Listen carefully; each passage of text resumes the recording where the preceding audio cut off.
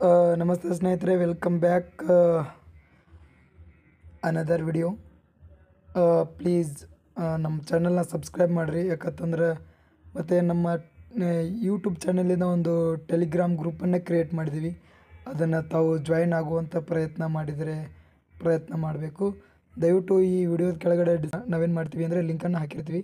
So ಹಾಗಾಗಿ ಅಲ್ಲಿ ಹೋಗಿ ನೀವು ಕ್ಲಿಕ್ ಮಾಡೋದ್ರ ಮೂಲಕ ಮಾಡಿದ್ರಿ ಅಂತಂದರೆ ಈಗೇನು ನಾವು ಹಾಕ್ತಾ ಇದ್ದೀವಲ್ಲ, ಈಗೇನು ಹೇಳ್ತಾ ಇದ್ದೀವಲ್ಲ ಕ್ಲಾಸನ್ನು, ಇದರ PDF ಅನ್ನು ಆ ಟೆಲಿಗ್ರಾಮ್ ಗ್ರೂಪಲ್ಲಿ ನಾವು ಹಾಕಿರುವಂಥದ್ದು. ನೀವು ಇದನ್ನು ನೋಡಿಕೊಂಡು ಅದನ್ನು ಟೆಲಿಗ್ರಾಮಲ್ಲಿ ಡೌನ್ಲೋಡ್ ಮಾಡ್ಕೊಂಡ್ಬಿಟ್ರೆ ಆರಾಮಾಗಿ ಈಸಿಯಾಗಿ ಯಾವಾಗಲೂ ನೀವು ಅದನ್ನು ನೋಡ್ಕೊಂಡ್ಬಿಟ್ರೆ ಸಾಕಾಗಿರುವಂಥದ್ದು. ಮತ್ತು ಇನ್ನೊಂದು ಟೈಮ್ ಇಲ್ಲ ಅನ್ನೋರು ಈ ಯೂಟ್ಯೂಬಲ್ಲಿ ಮೇಲ್ಗಡೆ 3 ಡಾಟ್ ಇರುತ್ತೆ, ಅದನ್ನು ಒತ್ತಿ ಕೆಳಗಡೆ ಸ್ಪೀಡ್ ಅಂತಿರುತ್ತೆ, ನಾರ್ಮಲ್ ಅಂತಿರುತ್ತೆ, ಅದನ್ನು ನೀವು 1.5 ಇಲ್ಲ ಕೆಳಗಡೆ ಸ್ಪೀಡಾಗಿ ನೀವು ಮಾಡಿಕೊಂಡು ಇವುಗಳನ್ನು ನೋಡ್ತಾ ಹೋದರೂ ಕೂಡ ಆಗುತ್ತೆ. ದಯವಿಟ್ಟು ಪೂರ್ತಿಯಾಗಿ ವಿಡಿಯೋನ ವಾಚ್ ಮಾಡಿರಿ ಅಂತ ನಾನು ದಯವಿಟ್ಟು ನಿಮಗೆ ಒಂದು ಕೋರಿಕೆಯನ್ನು ಮಾಡ್ತಾಯಿದ್ದೀನಿ.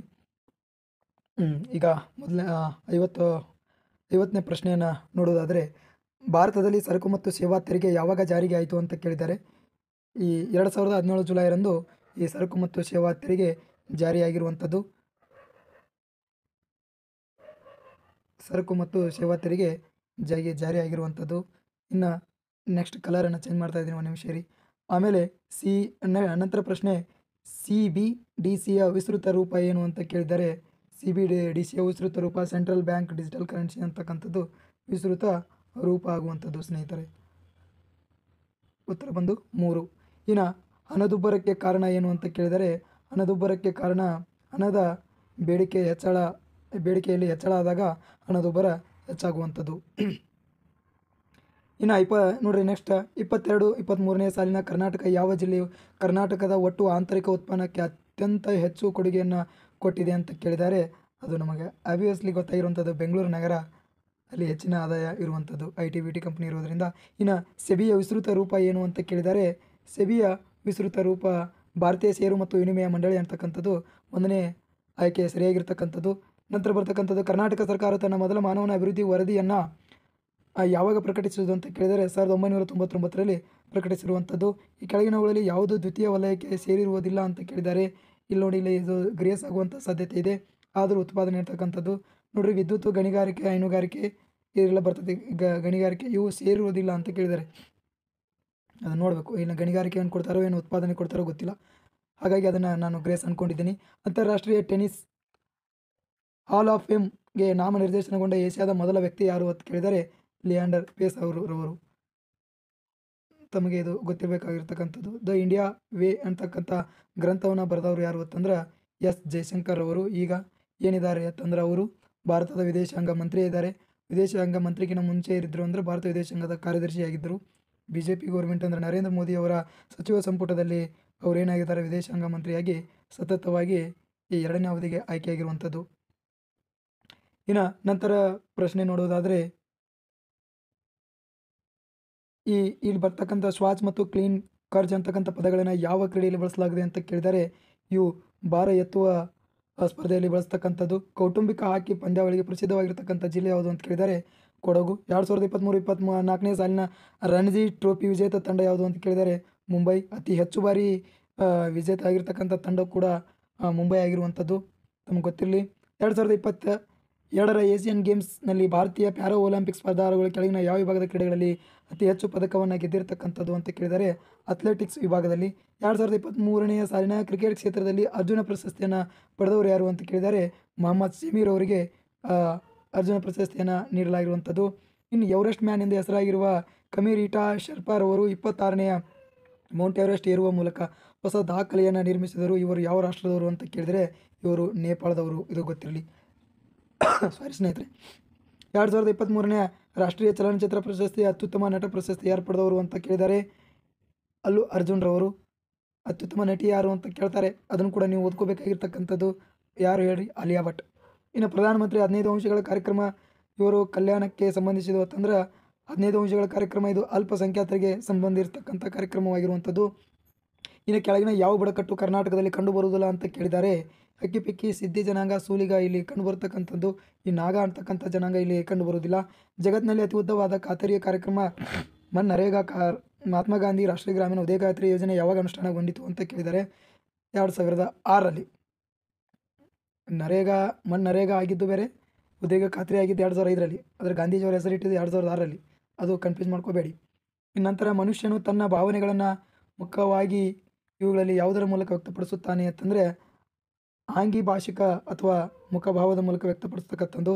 ನಂತರ ಪ್ರಶ್ನೆ, ಭಾರತ ಸಂವಿಧಾನದ ಎಷ್ಟನೇ ತಿದ್ದುಪಡಿಯ ಮೂಲಕ 3 ಹಂತದ ಪಂಚಾಯತ್ ವ್ಯವಸ್ಥೆ ಅಸ್ತಿತ್ವಕ್ಕೆ ಬಂತು ಅಂತ ಕೇಳಿದರೆ 73ನೇ ತಿದ್ದುಪಡಿಗಳ ಮೂಲಕ 3 ಹಂತದ ಪಂಚಾಯತ್ ವ್ಯವಸ್ಥೆ ಜಾರಿಗೆ ಬಂದಿರತಕ್ಕಂಥದ್ದು. ಕೆಳಗಿನ ಯಾವ ರಾಜ್ಯದಲ್ಲಿ ಚಿಪ್ಕೋ ಚಳವಳಿ ಆರಂಭವಾಯಿತು ಅಂತ ಕೇಳಿದರೆ ಉತ್ತರ ಪ್ರದೇಶದಲ್ಲಿ ಆರಂಭವಾಗಿರ್ತಕ್ಕಂಥದ್ದು. ಗ್ರಾಮಗಳ ಅಭಿವೃದ್ಧಿಯೇ ಭಾರತದ ನಿಜವಾದ ಅಭಿವೃದ್ಧಿ ಅಂತ ಹೇಳಿದವರು ಅಂತಂದ್ರೆ ಮಹಾತ್ಮ ಗಾಂಧೀಜಿರವರು. ಕೆಳಗಿನ ಯಾವುದು ಹೆಣ್ಣು ಮಕ್ಕಳ ಶಿಕ್ಷಣವನ್ನು ಸುಧಾರಿಸುವ ಯೋಜನೆವಲ್ಲ ಅಂತ ಕೇಳಿದ್ದಾರೆ. ಬೇಟಿ ಬಚಾವೋ ಬೇಟಿ ಪಢಾವೋ ಓದಿಸುವುದು, ಕಸ್ತೂರಿಬಾ ಬಾಲಿಕೆ ಇದು ಓದಿಸುವಂಥದ್ದು. ಲಾಡ್ಲೆ ಬೆಹನ್ ಇದು ಓದಿದ ಮಹಿಳೆಯರಿಗಾಗಿರ್ತಕ್ಕಂಥದ್ದು.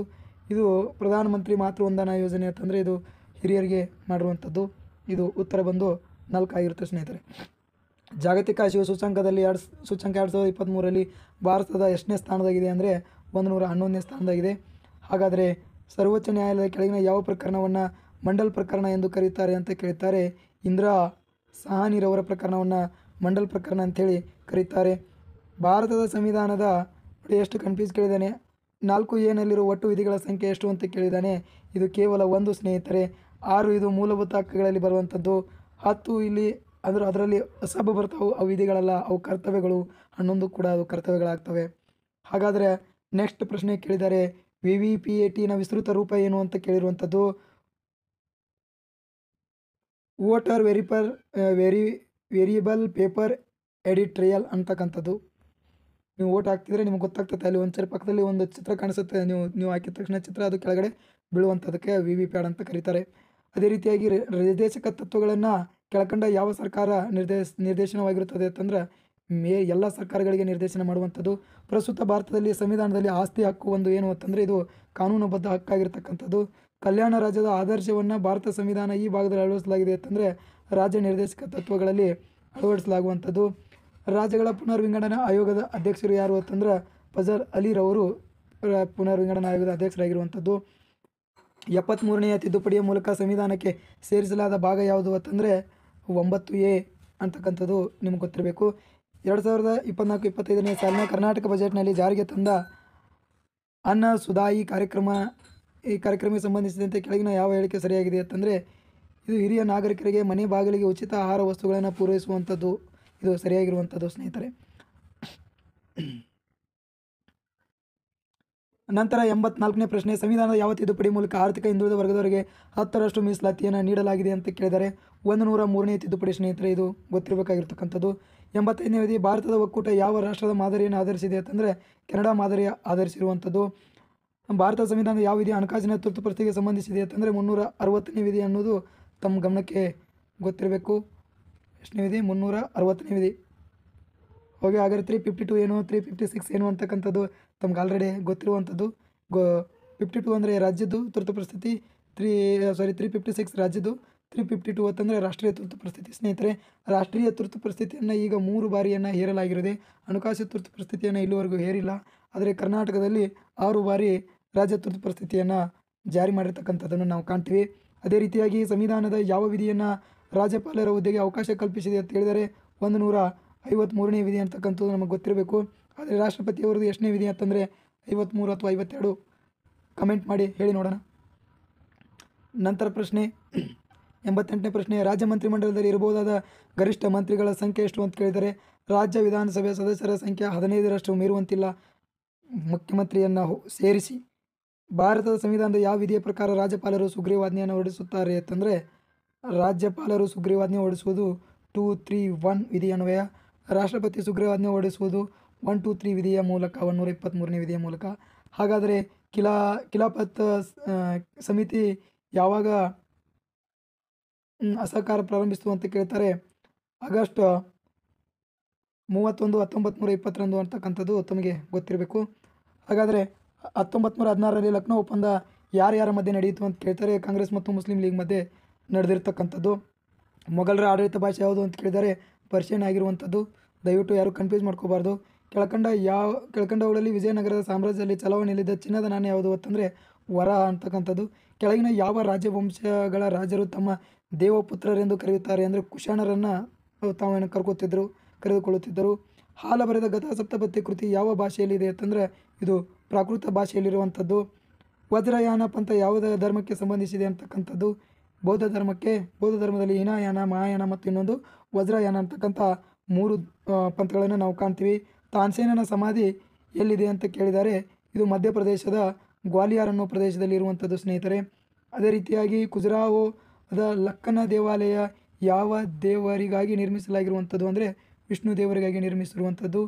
ಫತ್ವಾ-ಇ ಜಹಂದರಿ ಕೃತಿಯನ್ನು ರಚಿಸಿದವರು ಯಾರು ಅಂತಂದ್ರೆ ಜಯಾವುದ್ದೀನ್ ಬರ್ನೀರವರು. ಯಾವ ಕವಿಯನ್ನು ಕುಮಾರ ವಾಲ್ಮೀಕಿ ಅಂತೇಳಿ ಕರೀತಾರೆ ಅಂತ ಕೇಳಿದರೆ ನರಹರಿಯವರನ್ನು ಕುಮಾರ ವಾಲ್ಮೀಕಿ ಅಂತೇಳಿ ಕರೀತಾರೆ. ಸೊ ಇಲ್ಲಿಗೆ ಈ ಪ್ರಶ್ನೆ ಮುಕ್ತಾಯವಾಗುತ್ತೆ. ನಂತರ ಕಡ್ಡಾಯ ಕನ್ನಡ ಪ್ರಶ್ನೆಗಳನ್ನು ನಾವು ಅಪ್ಲೋಡ್ ಮಾಡ್ತಾ ಇದ್ದೀವಿ. ದಯವಿಟ್ಟು ವಿಡಿಯೋನ ಸಬ್ಸ್ಕ್ರೈಬ್ ಮಾಡಿ, ದಯವಿಟ್ಟು ನಮ್ಮ ಚಾನಲ್ನ ಸಬ್ಸ್ಕ್ರೈಬ್ ಮಾಡಿ, ಈ ವಿಡಿಯೋನ ಶೇರ್ ಮಾಡಿ. Thank you so much. ಅಕಸ್ಮಾತ್ ಯಾರಿಗಾರು ಅರ್ಜೆಂಟ್ ಇದ್ದರೆ ದಯವಿಟ್ಟು ನಾರ್ಮಲ್ ಮೂಡಿಂದ ಸ್ಪೀಡ್ ಮೂಡಿಗೆ ಬಂದು ವಿಡಿಯೋನ ಕೊನೆ ತನಕ ನೋಡಿರಿ. ಥ್ಯಾಂಕ್ ಯು ಸೋ ಮಚ್ ಸ್ನೇಹಿತರೆ.